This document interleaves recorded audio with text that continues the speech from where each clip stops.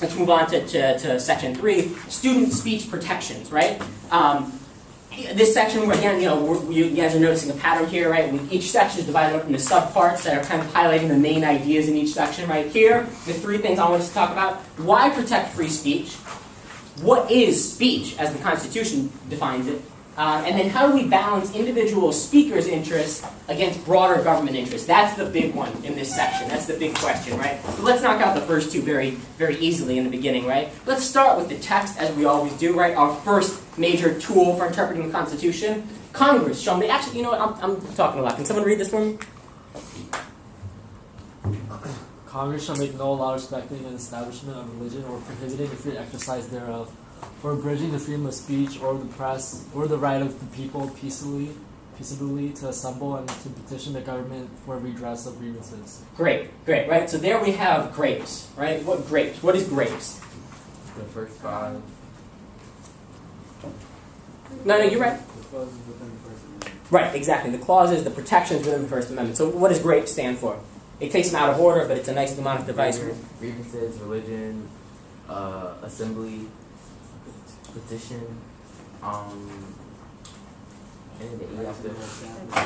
right. Good, perfect, right? Great, okay. So in this case, we're focusing on the S in grapes. We're kind of starting, grapes takes this backwards. We're talking about freedom of speech, which is basically kind of the big protection that people generally think of when they think of the First Amendment. Here's the important part of the clause. This is the entire First Amendment. Here's the part that we're focusing on in this section. And the question, right, remember, why do we protect speech? It's helpful to recall the story of Galileo, right? So we remember who Galileo was. We remember, that he believed in heliocentrism, right? He believed that the Earth revolved around the sun and not vice versa. And the Roman Inquisition, closely affiliated with the government, right? There was no separation of church and state at this moment in Italy. The Roman Inquisition did not believe what Galileo thought. Galileo's ideas, heliocentrism, Earth revolving around the sun, very unpopular. They did not want him to be spreading these ideas. Galileo ignored the Inquisition, published this book anyway, Dialogo, and which basically talks about his theory of heliocentrism. And as a result, the Roman Inquisition convicted him of heresy, and then sent him to prison where he died. But we know that's not the end of the story, because since he published this work, later scientists, right, were able to take his research and build upon it, like Newton, like Einstein, right?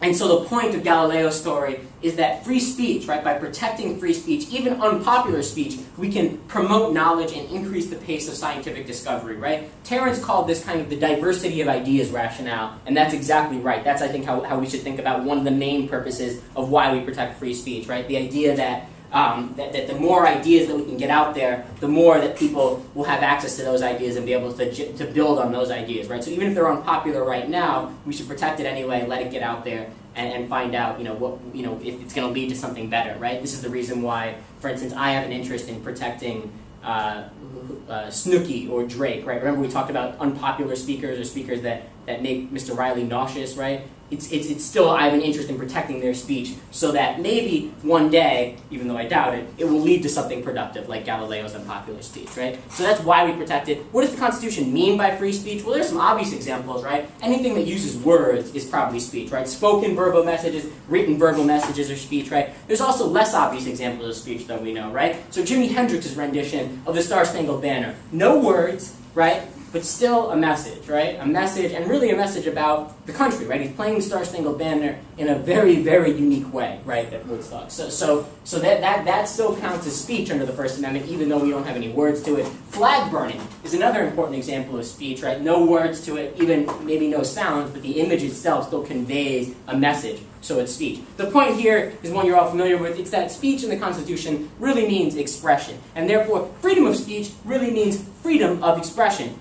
And who better to help teach us this than, of course, Dr. Dre of NWA, right? Who in 1989 releases this song called Express Yourself, right? Express yourself, right? Not speak, right? But it's about expression, which I think gives another important concept of free speech, right? So we talked about these two verses of not the Constitution, these two verses of the song Express Yourself, right? In verse 1, he says, I'm expressing with my full capabilities, and now I'm living in correctional facilities because some don't agree with how I do this, right? So the idea is, his expression has led to imprisonment, right? We can think of this as expression suppression, right? In verse 3, he says, or they banned my group from the radio, right? Hear NWA and say hell no, right? They banned my group from the radio. This is another form of speech suppression, right? It's preventing him from expressing himself, right, to a public audience, right? There's a critical difference, though, between verse 1 and verse 3, right? What is that difference? Do folks remember? It's like state actors, right? Perfect. State actors. So what does that mean? Say more. Say more. Correctional facilities are state actors. Great. But radios aren't. Great, exactly, perfect, right? So radio stations, right, are private actors, right? Correctional facilities, prisons, right? We know correctional facilities means prisons, jails, right? Those are state actors, right? The idea is that in verse 1, state actors are suppressing Dr. Dre's speech. In verse 3, private actors are, right? So this is exactly what DT just told us. This slide is highlighting right here. We see Dr. Dre in a correctional facility. And that's state action. We see private action, right? Banning him from the radio. That is in verse 3, right? The idea is that Dr. Dre has a strong First Amendment claim only in verse 1, right? Because the First Amendment only protects you against government restrictions on speech, right? Not against private restrictions. This is an important point. State action, we talked about it a couple of times. I want to make sure you understand it, particularly in the context of the First Amendment. Great. So then the next question is, what happens when the government, again, which is the only kind of possible entity that can restrict your speech that matters, right? When the government wants to restrict your an individual's freedom of expression, what happens in those situations? That's basically what First Amendment law is, right? It's this. It's interest balancing. It's balancing an individual speaker's interest in expressing themselves against the government's interest in restricting that expression, right? So a good example of this is the case that you all are learning for moot court, Andrews v. Belding, right? The student in this case, Maria Andrews, has two interests, really, right? And what are they? Shout them out. To promote her uncle's store. Good, that's one interest. Does she have another interest? Her friends, the tuxedo at the yearbook. Perfect, right? It's to show support for a friend. We might also say it's to show her opposition to a school policy, right? About, no women can wear tuxedos in the yearbook, right? Perfect. Right, and then what's the school's interest in this case?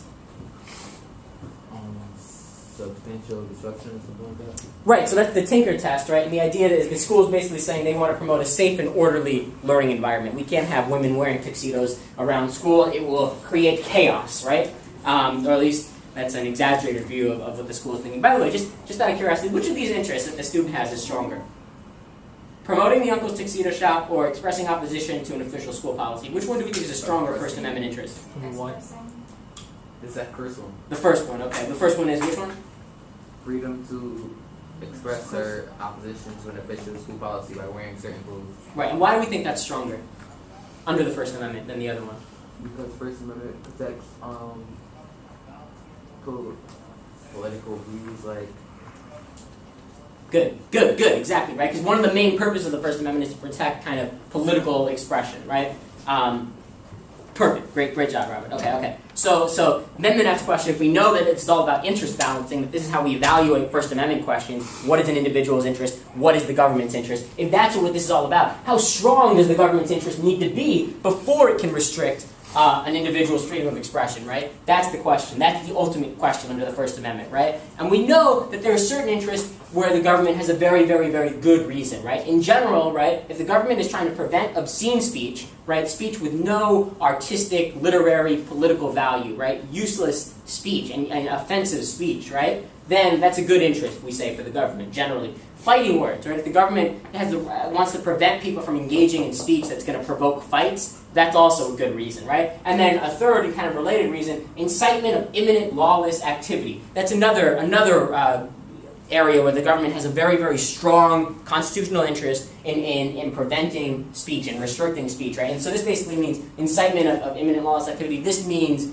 promoting crime in some way, right? Trying to start a riot or conspiring to steal or do something like that, right? That's the kind of speech the government is allowed to regulate. So even though it's speech and it's expression, the government, that's okay to restrict, right? In schools, right, the test we know, right? So that's in general, right? Obscene speech, imminent lawless activity, fighting words, those are the general times where government has a good interest, right? We know that in schools, the specific interest that the government needs to have is that the student's speech is going to create a substantial and material disruption of the learning environment, right? We know this from Tinker, right, who's displayed here, right?